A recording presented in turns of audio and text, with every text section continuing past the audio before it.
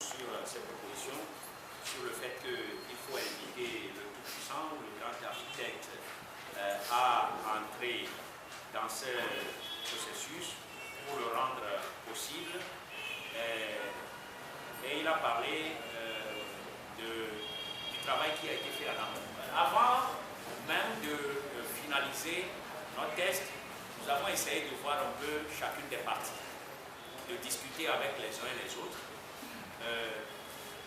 Nous avons vu ceux qui sont opposés, ceux qui acceptent, ceux qui veulent, ceux qui ne veulent pas, ceux qui ont écrit qu'il ne faut pas mettre quelque amendement que ce soit. Nous avons essayé de voir chacun et nous avons vu au-delà des acteurs politiques. Et c'est toutes ces discussions-là, c'est après toutes ces discussions, en leur faisant cette proposition concrète, que nous avons décidé de sortir ce que nous pensons pouvoir régler le problème. Il est vrai qu'on n'a pas l'accord de tout le monde, mais les discussions ouvertes nous ont permis de comprendre qu'au jour d'aujourd'hui, la seule et unique possibilité de lever le verrou de la non-mise en œuvre des réformes, c'est ça, puisque les positions ont été assez claires. Donc, voilà. Sur les dispositions, sur le mode de scrutin, nous avons pensé, nous n'avons pas encore écrit de test là-dessus, nous avons pensé qu'une fois ces dispositions prises nécessairement sur le mode de scrutin, on est obligé d'intervenir pour faire les modifications qu'il y a. Et nous avons même dit que pour nous, l'Assemblée devra travailler jusqu'à la dernière minute pour rendre les choses possibles. Il n'est pas question, quand la maison brûle, qu'on nous dise que le pompier est en train de se reposer. Il doit se réveiller pour aller éteindre. Donc l'Assemblée devra, s'il le faut, travailler jusqu'à la dernière limite pour qu'on puisse avoir les choses mises en œuvre. Alors, je me permettrai de répondre un peu avant de laisser Fulbert, parce que c'est très personnel, c'est une question à lui. Je crois que les interventions que, pour moi personnellement, qu'avait fait Fulbert hier, sont des interventions qui vont dans le sens d'améliorer notre opposition, notre fonctionnement, notre classe politique. Je ne crois pas que ces propositions sont antinomiques avec le fait de faire des propositions pour que nous ayons les réformes. Il répondra lui-même personnellement, mais en faisant l'avocat du diable, même s'il n'est pas le diable, c'est ce que je dirais. Bon. Alors, concernant Mme Agounke aussi, c'est ce que je dirais. La concertation a fait une proposition. La concertation a fait une proposition, mais je ne crois pas que ce soit antinomique. Au cas où nous n'avons pas du tout les réformes, ce que la concertation proposée constitue un élément de pression pour aller vers les réformes. Voilà, mais elle-même, elle est là. Et elle n'est pas du tout la diablesse. Je ne suis pas l'avocate de la diablesse. Elle va intervenir tout à l'heure pour vous. Bon, en ce qui concerne la question de M.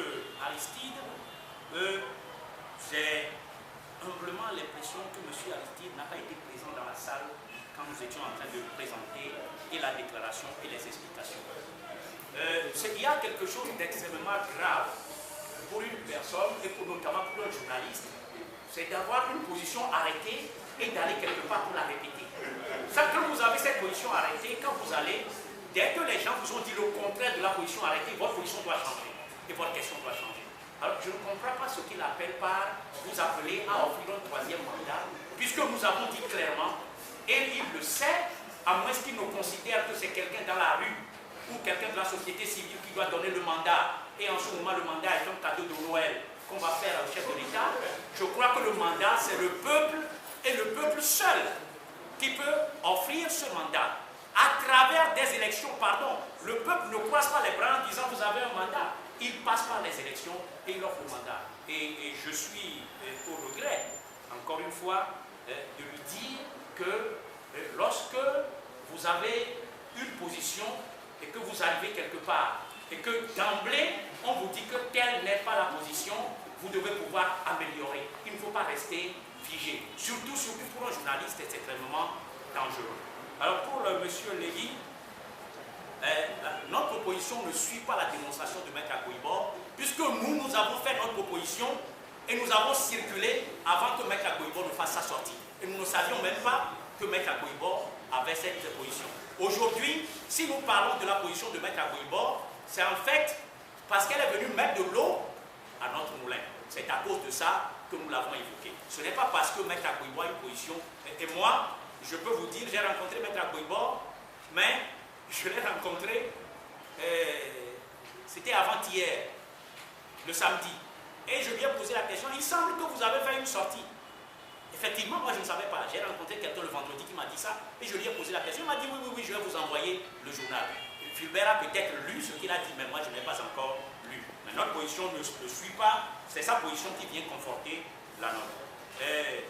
À l'endroit de l'ANC, nous avons rencontré le représentant de l'ANC.